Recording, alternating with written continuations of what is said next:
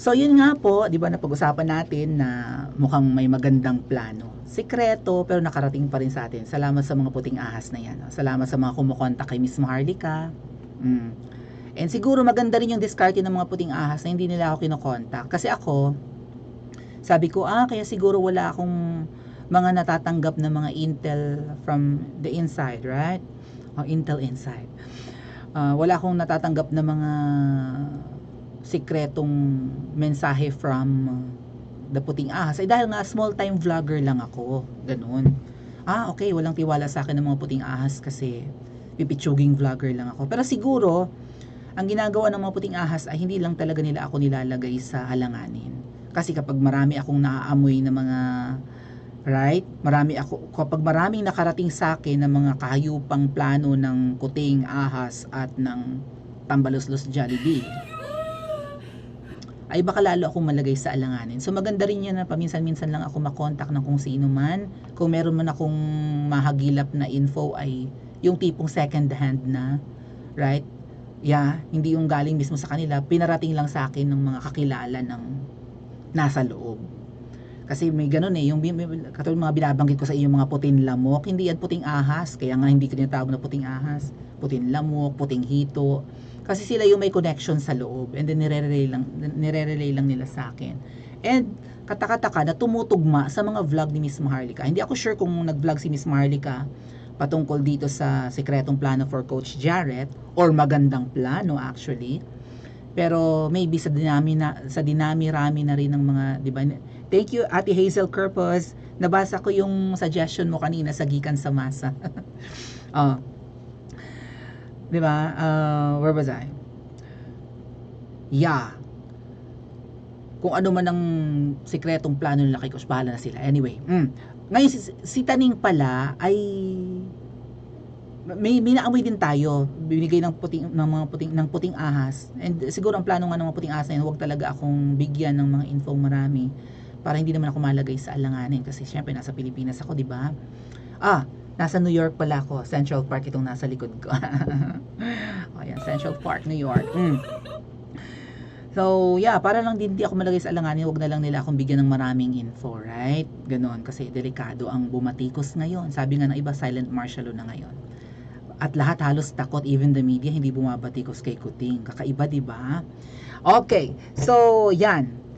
Coach Jarrett, congratulations. May magandang plano para sa'yo. Aabangan na lang namin ang pagpapalit ng ihip ng hangin pagdating sa mga post mo. For sure, magiging critic ka na ni VP Sara, ni PRRD, nasisimulan mo na nga, napapansin ko na. And for sure, hindi ka na makakabatikos ngayon kay Kuting. Kay Kuting, kay Ahas, kay Jollibee, hindi ka na makakabatikos niyan.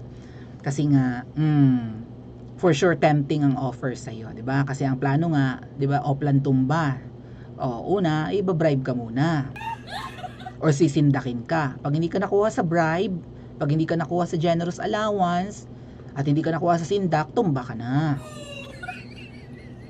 Ibang level. So parang gusto kasi mangyari ngayon ng ahas administration yan di ba? Ahas administration talaga. Ang gusto nilang mangyari, walang makaalam ng kanilang baho. Linisin ang lahat ng kalat at pwede pang magkalat ng kanilang kahayupan. Kailangan impeccable, right? Dust free. Ganon. No speck of dust to be found. Kunwari malinis ang administrasyon, napatahimik na nga nila ang mga pinklawan na ang iingay 'Di ba? Ang mga DDS pa kaya? Well, tingnan natin. So, andito ako sa page ni Taning. Kasi sa sikretong plano for Coach Jarrett, nabanggit si Taning. Okay. Tingnan natin, baka may bago na siyang post. 2 million followers. My God, mga ate at kuya, if I have 2 million followers, die. Nakaka-motivate yan. Diba? Sipagan mo mag-post, Maui. Ang sarap sa pakiramdam na ang daming pumupuso, nagre-react. Ang sarap sa pakiramdam na meron kang somehow influence. Meron kang kredibilidad. Kasi hindi ka naman magkakaroon ng 2 million followers kung masama ka lang na tao. Ang alam ko po, kahit social media yan, kung masama kang tao, hindi ka ifa-follow. Alam nga namang mas marami ang masama kaysa mabuti. Or maybe 50-50, right? So, kaya ka fina-follow ng napakaraming Pilipino, for sure yung 2 million followers ay mga mabubuting tao or karamihan sa kanila. Gusto nila yung mga sinasabi mo, opinion mo, nakikinig sila sa iyo, humahanga sila sa katalinuhan mo, humahanga sila sa kabutihang loob mo, right? Sa moral compass mo na nakaturo lagi sa tama. So, ano ang mga latest post mo, Taning? Wala pa rin. September pa yan. Hanap tayo ng iba pa niyang baka may iba pa siyang social media, baka may makita tayo eh. RJ Nieto, di ba ito yung pangalan nito? Sige. Kasi nabanggit si Taning sa sikretong plano na yan. Okay. Meron siyang verified account. Tingnan natin. Ito. Nag-aaral sa London. Yaman-yaman mo talaga, Taning. Thank you, Shin Harry. Yaman-yaman, sana all. May tsura pa si Taning dito, payat pa. Tabanan niya ngayon. Pareho naman tayong tumaba, Taning.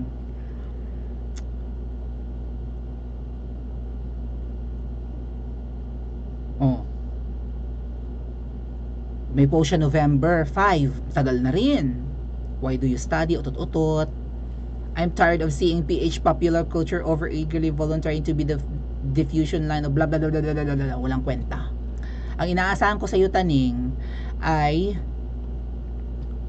magpahayag ka ng concern mo doon sa nilindol ng magnitude 6.8 ba yun?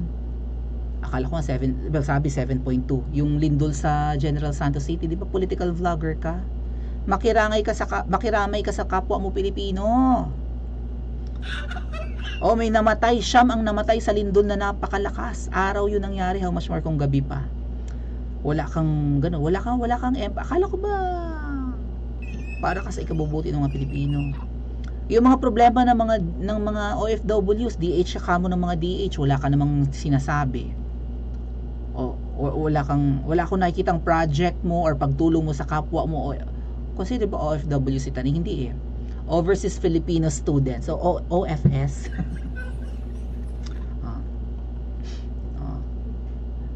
Wala akong nakikitang, akala ko ba DH ka ng mga DH? Atchay ka ng mga atchay. Wala ka namang ginagawa para sa kanila. Anyway, hindi lang po yung wala na siyang masyadong pinopost ngayon na parang wala siyang pakialam sa Pilipinas. Ang concern ko, balikan natin yung message ng Puting Ahas sa akin na nabanggit si Taning dito sa plano for Coach Jarrett. Bakit nabanggit si Taning? Ayun yan, di ba? It was talked about to groom Coach Jarrett kanina, mali lang spelling, to be the Maharlika of the admin.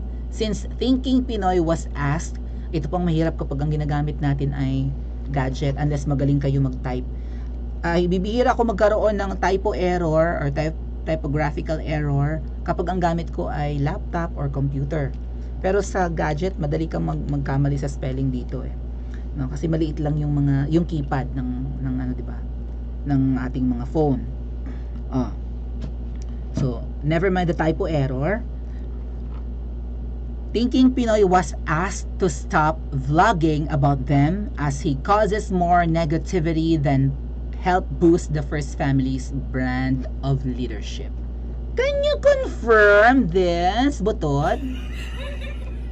Na sinabihan nyo si Taning na tumigil na ng pagbablog patungkol sa kanila. OMG.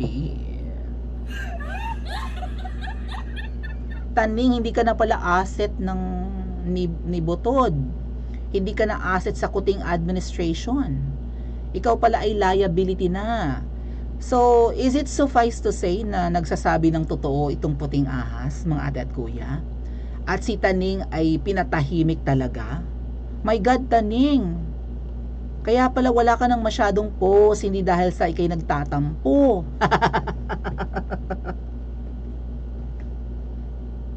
Ang sabi ng Puting Ahas ay sinabihan siyang huwag nang mag-vlog patungkol kay Kuting at Ahas dahil lalo siyang nakakakos ng negativity. Oh my God, Taning. Oh my God. Di ba most of your followers are pro BBM naman. Well, siguro half yung followers ni Taning, no? Baka marami rin sa followers ni Taning ay DDS. Right? Kasi kung todo sip-sip naman kay Tatay Digong yang si Taning eh. At saka kay VP Sara lalo na. Eh syempre yung mga DDS yamot kay Kuting. So marami ding followers si Taning out of 2 million na DDS. Hindi lang loyalista. Marami rin kasing DDS na naging loyalista eh. Or naging Marcos supporter because VP Sara, 'di ba, joined Kuting last year. Nagkaroon ng unity team. So united rin actually, may mga DDS na katulad ko, DDS ako and Marcos supporter din.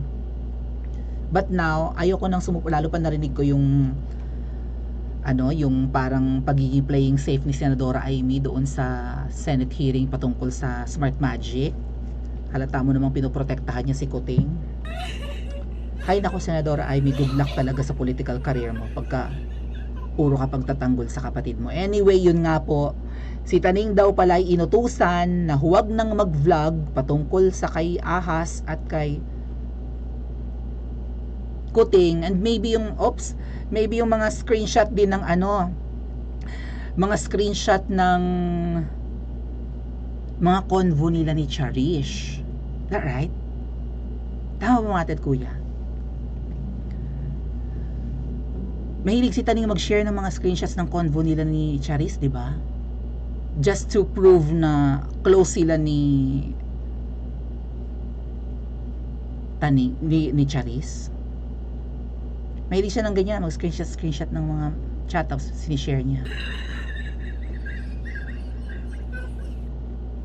O wala na ngayong sinishare na screenshot si Taning ng mga convo nila ni Charis. Para ipatunayan na close sila at kabiruan niya si Charis Pimpinko. Yun si Charis Pimpinko. So Taning, oh my God, pinaltan ka na. Kaya pala wala kang post, inutusan ka talagang huwag ka na mag-post about lakad ni Kuting, ganun. Kasi nayayamot daw ang tao kapag ikaw ang nag-share. Well, oo nga naman Taning, may 2 million followers ka, pero sa trust survey, sa mga survey, sa mga rating, lagapak pa rin si Kuting. So, parang wala rin namang impact kahit i-promote mo. Okay, akala ko nagtatampo ka lang. Kasama na rin siguro, alam hindi ka magtampo Taning, right?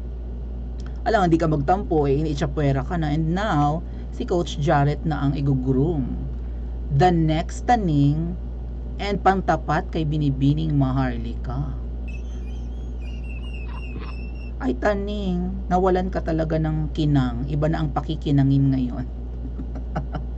Maging next Taning ba si Coach Jarrett? And ruming-rumi ba si babaeng butod kay Taning? Well, mabantot mo ka naman talaga mabantot si Taning kahit maligo pa. Nagsasabi ba na totoo ang puting ahas na lalong nakaka-damage si Taning kay Kuting kahit na i-promote niya? I-comment nyo po sa comment section at mag-like and subscribe din po kayo.